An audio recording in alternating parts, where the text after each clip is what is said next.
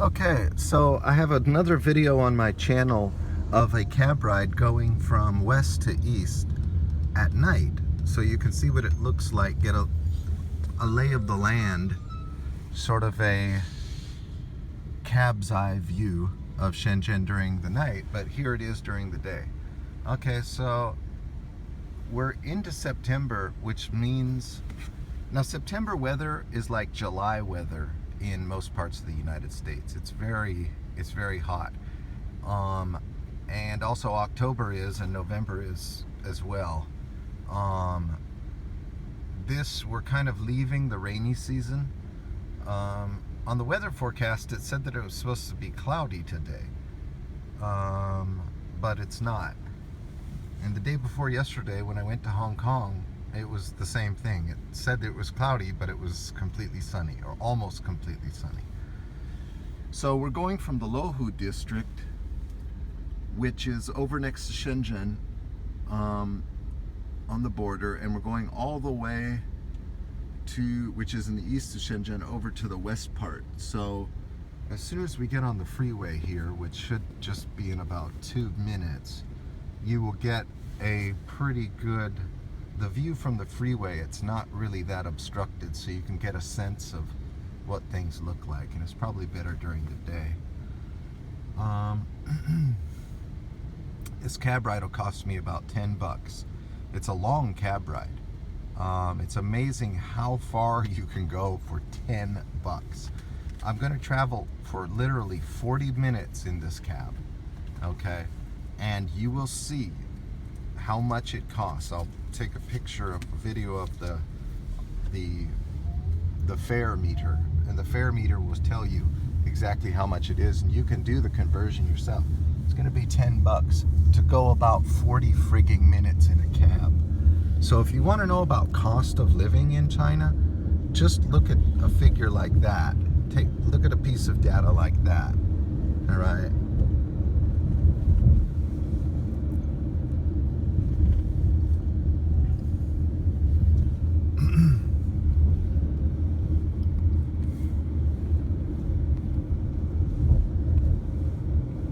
So that's 7 days in there. Excellent chain.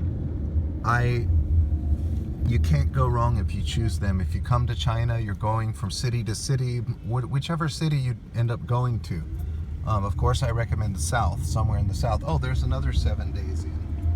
Up above, up in front, you can see it. You're looking at about $22 to $30 per night there. And you say, oh, well, that's not that cheap. Well, actually, when you go there and you experience the internet and the clean rooms and the quick, easy service, you will be surprised. And they're very reliable. They have electronic doors. You have to have a key card to get in and out. It makes your valuables, makes them more safe. Again, 7 days in. In Chinese, it's tian, liansuo. And if I can recall, or if you want, if I can recall, I'll put a link to their website down below in the comments section. If you look and I haven't, just remind me by posting and asking me to do that, and I will put it down there. I do think getting in touch with them through the website will be difficult for someone who doesn't speak Chinese, but it doesn't matter, because I've never gone to a 7 days in and had them say, oh, we don't have any rooms. They always seem to have rooms. So just go to where it is you want to go, and if there's 7 days in, which there almost always is, usually there's 2 or 3 of them in every city. In Shenzhen, they probably have 20.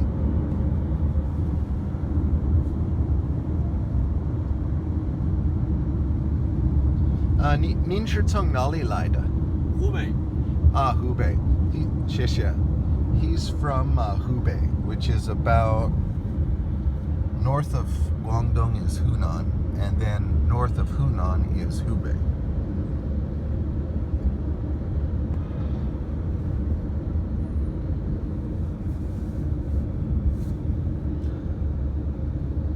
So I'm going to be translating next week at a conference with a negotiation and a presentation for the president of Shenzhen University. Shenzhen University's president. I'm actually being hired by the investor who's making the presentation. But, so I'm extremely excited about that. Well, not that excited. I don't really play an important role. Not really.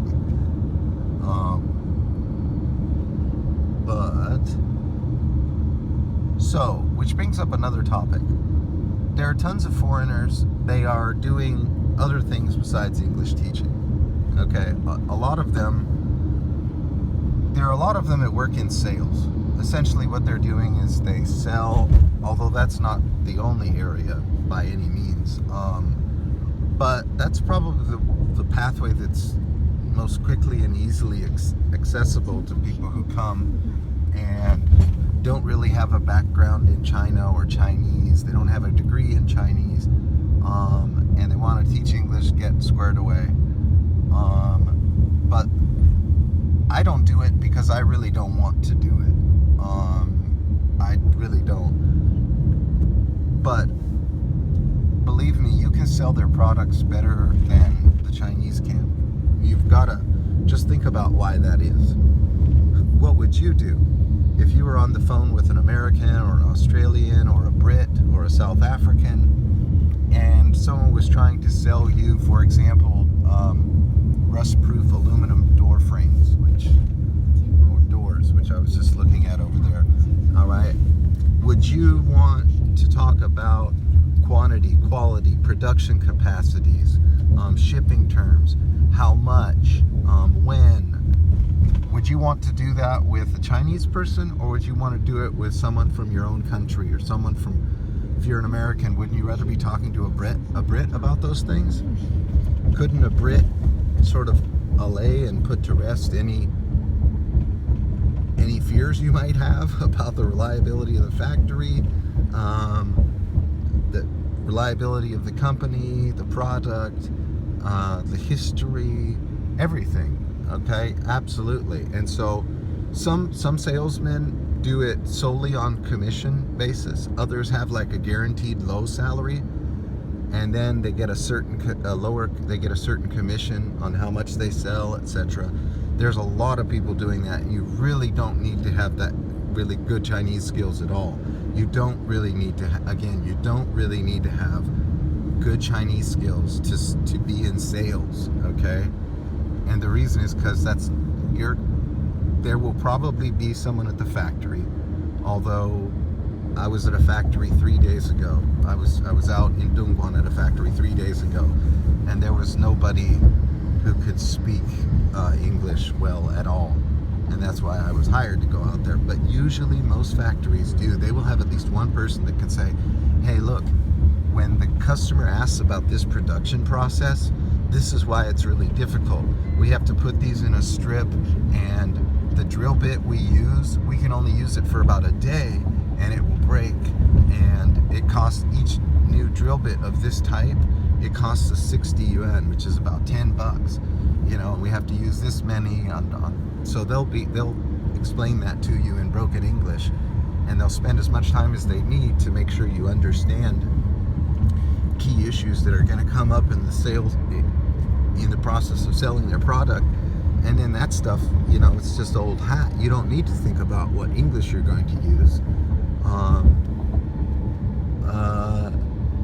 And ideally it needs to be that, you know the old saying, there's the old saying that the seller speaks the buyer's language. The seller speaks the buyer's language. Okay. China is still mainly an export-driven economy, okay? And they are the world's factory, as it were. And I think in the long run, when you look at services, you know, that aspect of the economy, this need for English speakers is only going to increase, okay? Services by their very nature,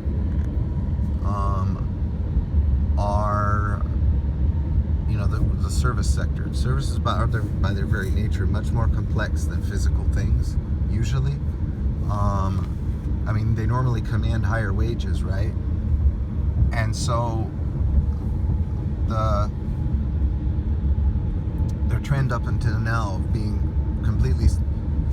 able to get by with crappy, shitty English on product descriptions, etc. Oh, now there, right there, did you see that? There's an immigration advertisement for, let's see if he slows down and can get behind this bus again.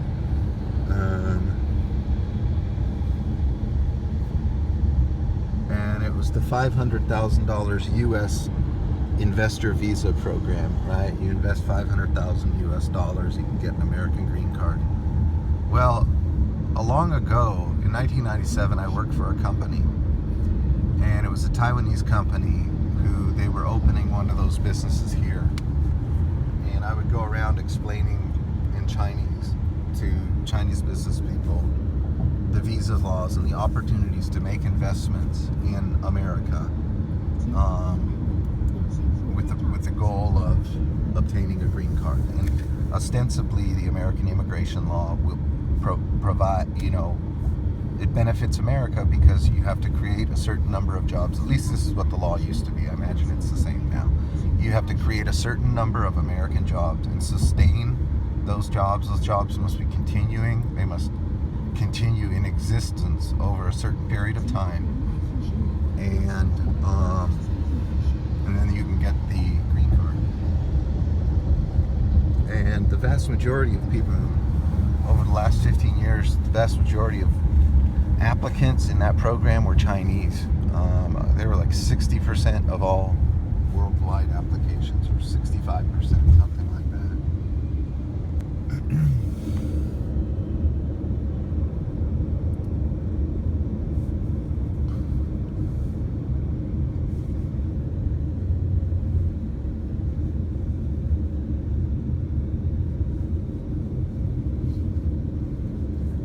So we're starting to move into the Nanshan district, which is the software part of Shenzhen. If you've heard of Tencent and WeChat, Weixin, well, that is, it's a messaging app, but it's a whole lot more than that. It's also a payment solution. I use it. I use their payments. It's friggin' incredibly convenient. 10 times more convenient than PayPal.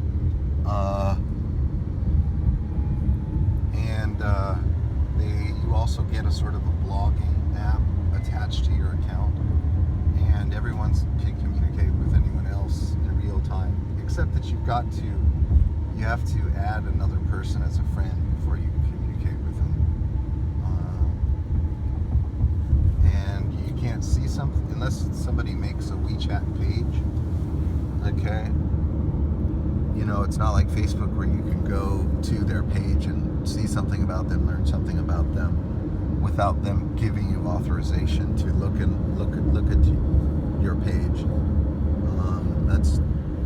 You have to accept them as a friend, add them, as it were, whatever.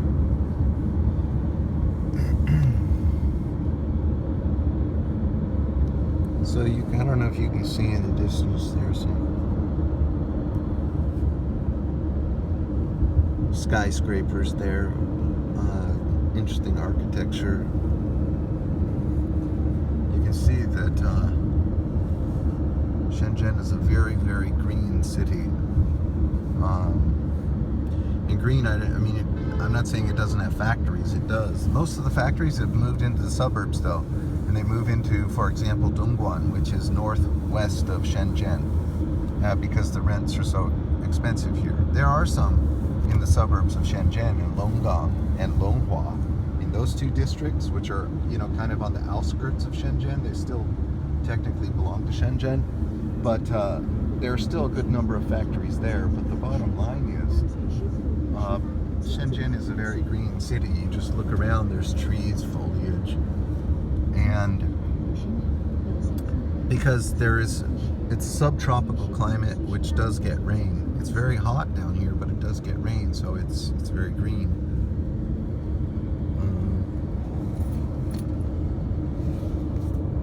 So that is the University of Hong Kong's Shenzhen Hospital.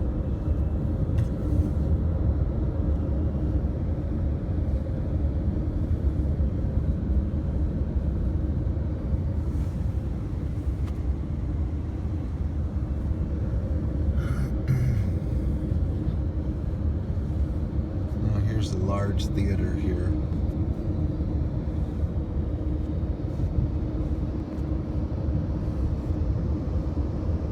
Oh, there's DJI. I don't know if you've heard about those drones.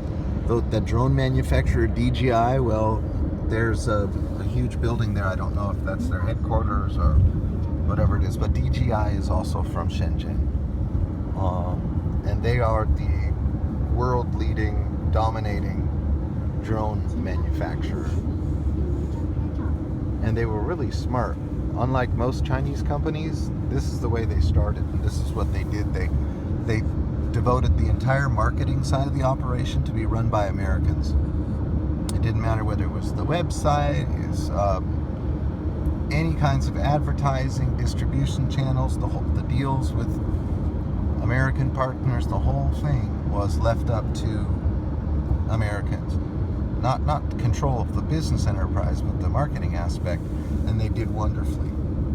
They did absolutely wonderfully, because I think the Chinese are really not that good at marketing to foreigners. They just have no fucking idea, which is another good reason why sales, and to that extent sales marketing, are positions you should think about if you're looking long-term in China and don't really like to teach English. I think teaching English is great. It's wonderful. It can be extremely sophisticated. I love learning languages. I've done that. I've invested a tremendous amount of time in learning that process, mastering that process for myself. So I think I get more of a kick out of it than others. And not only that, the wages for teachers continue to rise. I do it part-time right now, but I have done it full-time. And you know, the wages for teachers are rising. They continue to rise. And so, you know, I get more money. If you just look at it on an hourly basis, I get more money. I make more money as an English teacher if I'm working part-time than I do being an interpreter. Now, that's not always the case. Recently, I had a guy pay me $500 for 2 days of work, and that's more. But the circumstances, you know, I usually don't get that rate, and the Chinese certainly don't get that rate.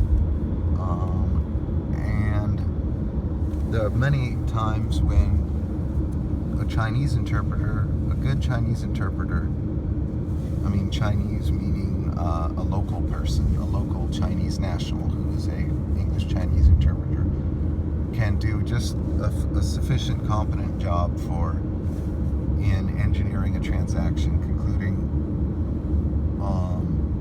a transaction, and the people would rather just pay less money. So there's this extreme amount of competition, downward pressure on my salary for that, from that perspective. But there really are no Chinese translators who will not absolutely butcher a written translation project from Chinese into English. It always is the case that if you're translating into like written materials or a website, you're gonna need a native speaker of the language into which you're translating. If you're gonna have an English website, the person writing that copy, or the person translating that website, you know, into English needs to be an English native speaker. And the same is true with a Chinese website. And I use local Chinese translators whom I work with. Oh, there's Baidu. You've heard of Google, right? That was a stupid question. Well, this is Google's version. You've heard of Baidu because Google, it's the Chinese version of Google, right? Okay. Now the one next to it, I forget which one that is. Now the 10-cent building is really distinctive, and okay, now here's another 10-cent building that's going up right now. 10-cent has. There's one where you can see the icon or the mascot at the top of the building, which so means you can automatically tell it's a 10-cent building, but this is another 10-cent building here, and it's not completed yet.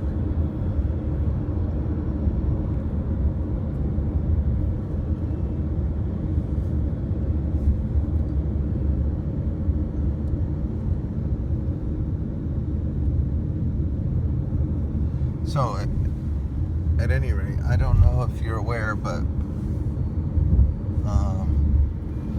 you can't use Google in China. The Chinese people don't use Google. You can only use it if you have a VPN.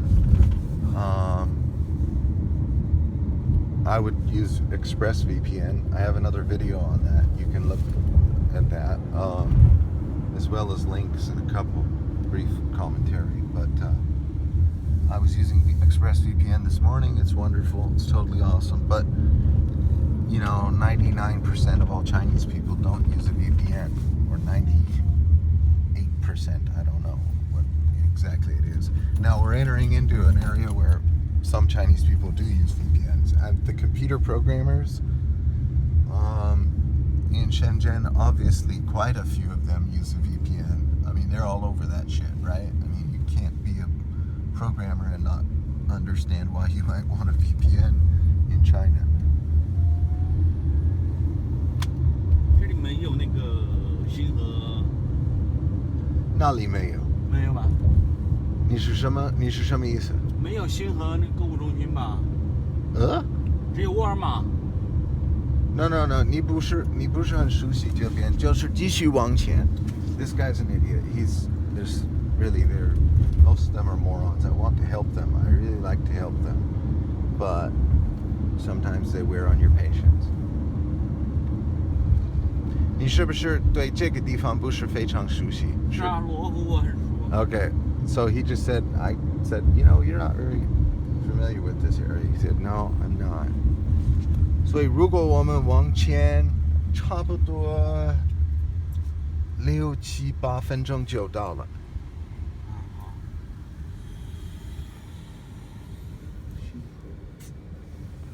Oh, back there is the book city.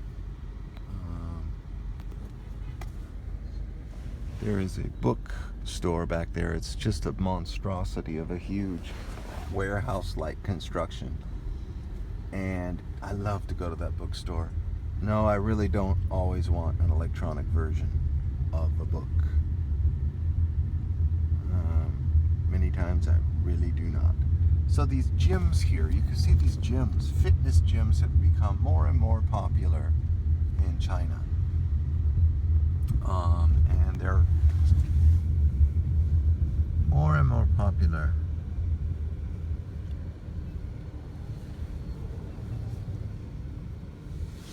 Now, they put the English here to advertise to their own people. You can read, consultant chain of female hairstyle. Okay, what does that mean? That's idiotic.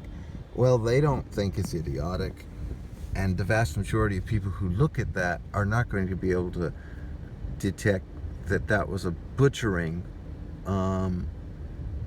of English grammar principles relating to noun phrases. All right. The use of the word "of" is terrific and wonderful when it comes to creating complex noun phrases.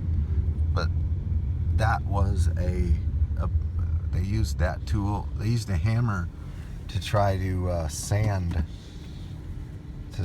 a piece of wood. I mean, that was just awful. But you'll see that all over the place. I hope what I just said made sense, but that translation spoke for itself. because again, you know, they're not doing this for us. They're doing it just so that if a passerby, you know, that took a smattering of English when they're young, they'll think, oh, hairstyle, consultant, oh, chain store, I kind of, a few of those things ring a bell. I have no idea really fully what it means or whether it was expressed correctly in English, but I kind of get the idea.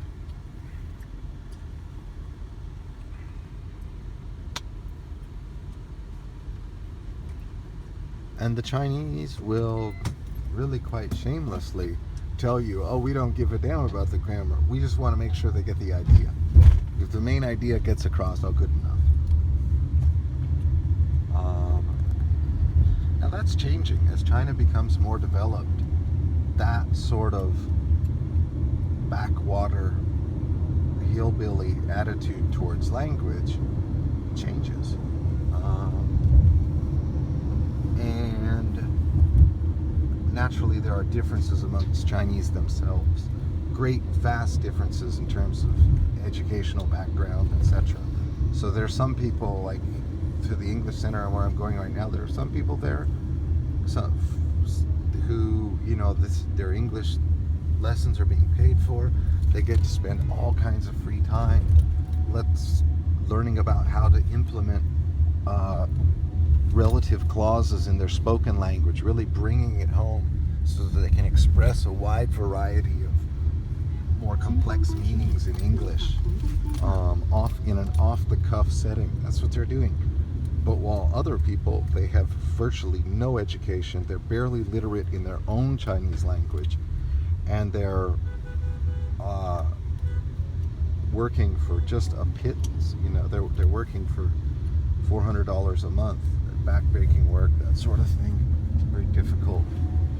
And 就是在对面，你可以，就在那里，你可以在这边掉个头，或者是在那个路口。Yeah， 在这里可以，或者是，也可以。Okay, now you can see is 62. 62. So that is less than $10. It's $9.75. There's a Starbucks, and up there is the Metten. Okay, I'm not finished with the video. Just give me a moment here. I'm gonna pay this guy, and then I will.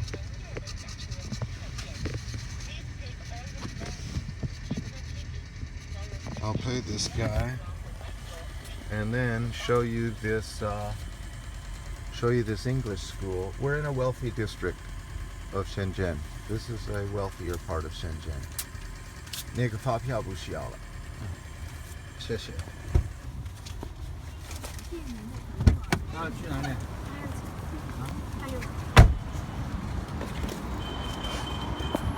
Okay, so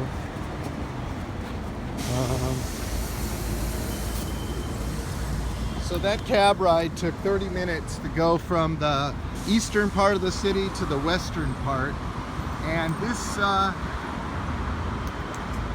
now you can see up there, you see it up there, that Metten school, that is and there you can see Metten English. This is not the same Metten. I mean, it's a different branch. It's a different location than the other video that was Metten in the shopping mall. This is part of the same company, obviously, but it's in a different location. So I will go over here and take the elevator. Again, Starbucks, it's exactly like the United States. There's not one iota of difference. I guess, no, that's not true. There are a few little differences. They have some Chinese products, but generally speaking, it's almost identical. So again, you can see back there that cab ride, that 30-minute cab ride, okay? That 30-minute cab ride cost $9. You can get a sense of how fucking far you can go in China. That's not expensive. Usually I take the subway, which is 4 renminbi. How much is that? 75 cents. Okay, public transportation is cheap as shit. So you could have done that 30-minute travel there, that 30-minute trip for 75 cents, 4 renminbi if you wanted to take a subway. And that's what I usually do. Not always. Sometimes I get a little lazy, but whatever. So now we're going up to this English school. Oh, down there they've got a special pilot program that makes it easy to import products to China. I don't need to go into the details of what they're trying to do. It's just, I think it's great. China needs to honor their obligations under the WTO, the World Trade Organization, right? They need to make access to their market very easy, transparent, the way access to our markets are so easy for them.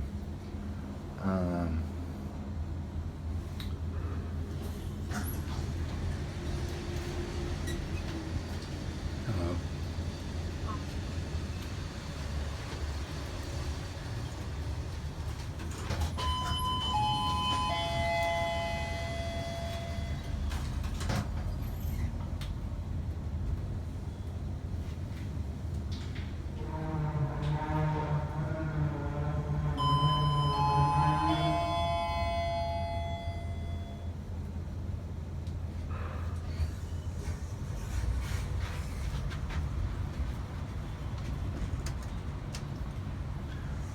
So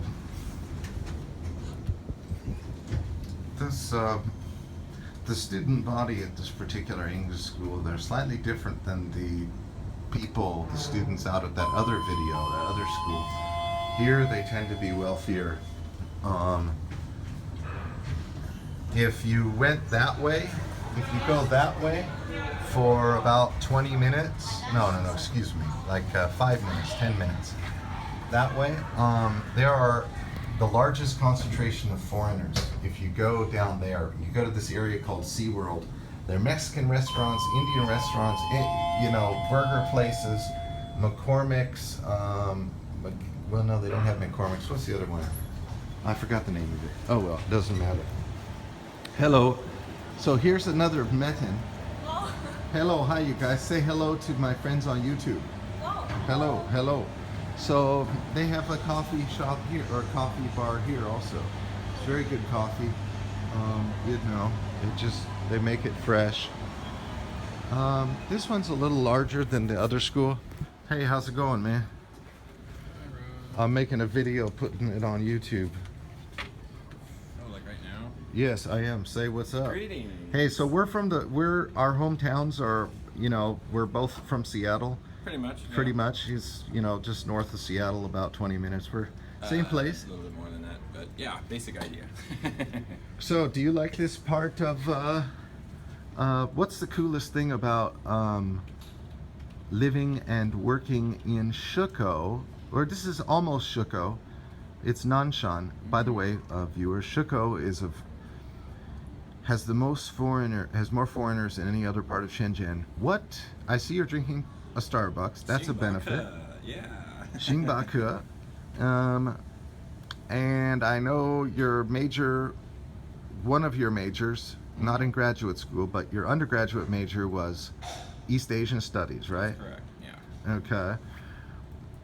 What has surprised you here? What is an outstanding feature, a good feature, and or a bad feature?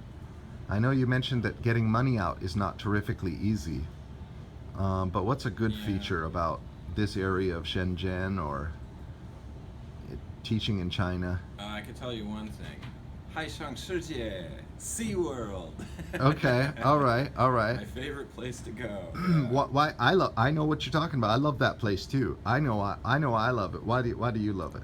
Well, probably because it's an easy place to get to, first of all. So you can find it no matter where you're at. Right. And you can get to it via the metro really easily or the buses really easily. Oh, yeah, yeah. It's a pretty centralized area too, so it's Yeah. not a very complicated place to figure out. No. But its best feature is it's like a slice of the entire world all in Yeah, one place. yeah. I love the friggin' burgers at, what's the name of that place? McConaughey's? Mashaughnessy's? Well, they got a Mc- couple of burger places Mc there. Yeah. Mc something or others. Yeah, I think I've seen something. Yeah, that I sounds eat like there every that. time. I should remember it, man. I'm getting old. My memory is fading. But they have some real burgers there. I mean, some genuinely good burgers And there. they've got some really good cuisines from all walks of life. You can Oh, find yeah. an Italian restaurant as much as you can find a Thai restaurant. They have 2 or 3 curry places. Oh, yeah. Oh, yeah. I of went to a course- Mexican restaurant that was awesome. Yeah, they got Mexican cuisine there. Yeah, They which got- is surprising. And they have, one of every fast food place. So if you want McDonald's, it's there. KFC, it's there. Starbucks is also there. Yeah. My personal favorite, though, is they have a fantastic Japanese restaurant there. Oh, really? Yeah. Oh, that's cool. That's cool. Dragon restaurant and bar. Okay, well, I'm going to keep giving them a tour here. Anything bad yeah. about teaching in China? What's the negative? That is the benefit. I love SeaWorld. Yeah. It's friggin'... There are more foreigners when you go down there, what's Oh, your sure. impression of how many foreigners there are? I mean, what feeling do you get? Half of them there. Probably Half a of the third people to there. half, yeah. I know. And it's not just like Western style foreigners. I've run into Russians. I've run into Italians. There's Middle Yeah. East, Arabic tourists, and Right. possibly employees. Yeah. The Japanese restaurant keeps getting Japanese businessmen that Yeah, work there. yeah. So that's why I say it's a little slice of the entire world. Every little place in the world somehow is all convened.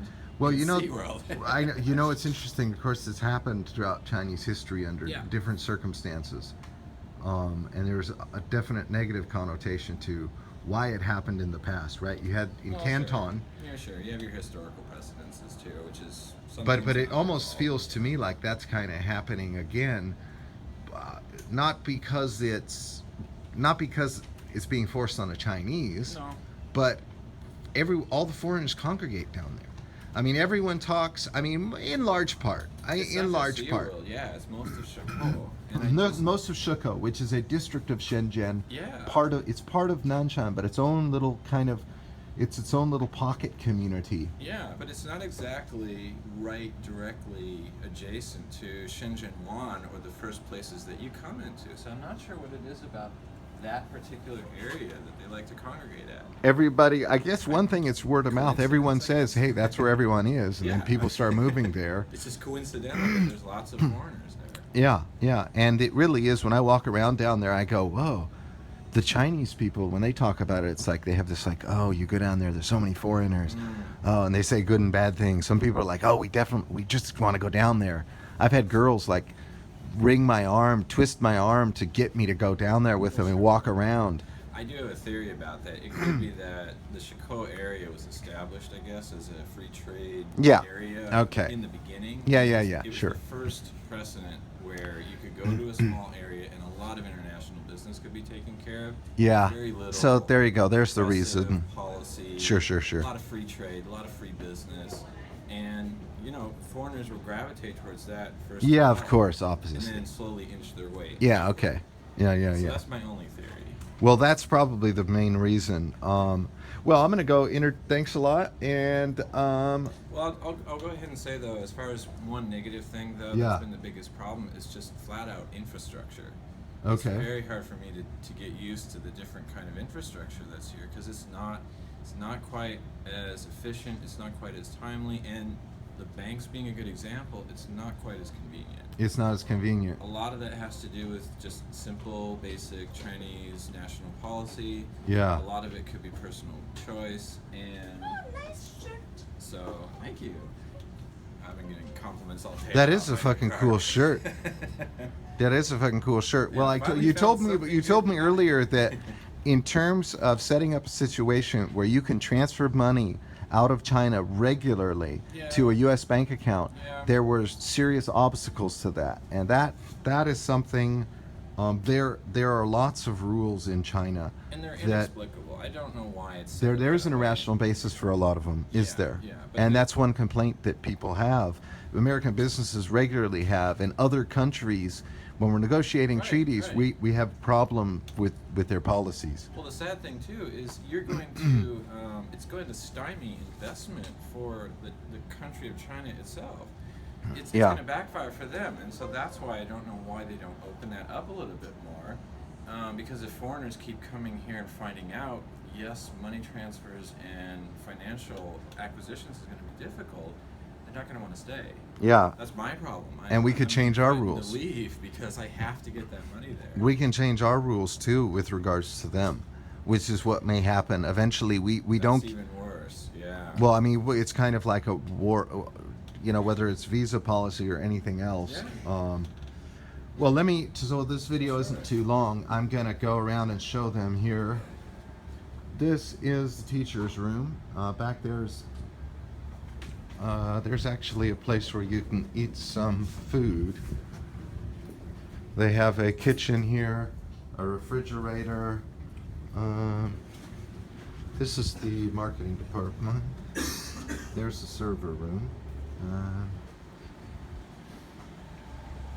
So one thing that's different about this particular Nanshan, there are these, because this is a wealthier district, they have these VIP classrooms, okay, for these VIP students, all right? Now this place smells like a rose garden. I just walk in, oh, you can see it's slightly nicer. It's also cooler in here. I mean, the temperature is cooler. Now, one thing I want to show you, look at these excellent books. Look at all the resources you can have. Now, let's just take a look. Oh, whoops. It's a fake book. See, I knew that before I did it. Don't think I'm that. Ah, superb designs. What's this? It's plastic. It's actually not real. I really think they should do something about that. Every one of these books here, they're actually not books. They're fake books. Here, the students can use their specially designed software to help them learn English. They can go into, again, study rooms. There are water coolers everywhere else. Well, I showed them that wonderful bookcase and all those books in there. What a treasure trove of place for knowledge, man. Where Try opening them up sometime. So here, once a Chinese person hires a Chinese business, it doesn't mean the marketing stops. They continue to tout how great they are, even after they've made the purchase. I don't like that, but that is something that they do.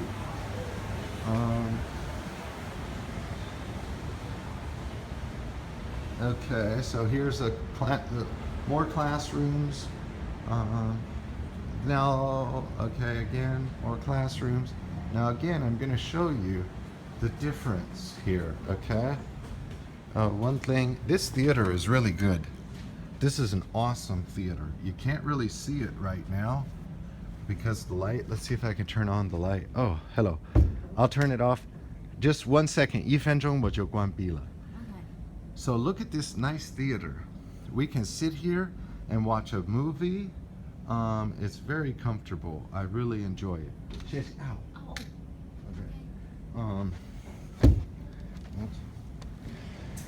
So you can come in here and watch a movie. I watch them there all the time. It's friggin' awesome.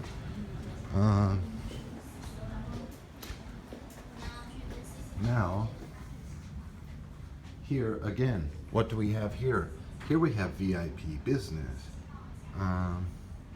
Okay, again, this place is rose petal fresh. Special water machine. Again, they don't stop marketing themselves. After you've come in, they're still trying to sell you. I don't quite get it, but they do. Actually, I kind of do, but it would take a 3-hour video to explain why I think that is, and I'd probably still be wrong. So again, these VIP classrooms.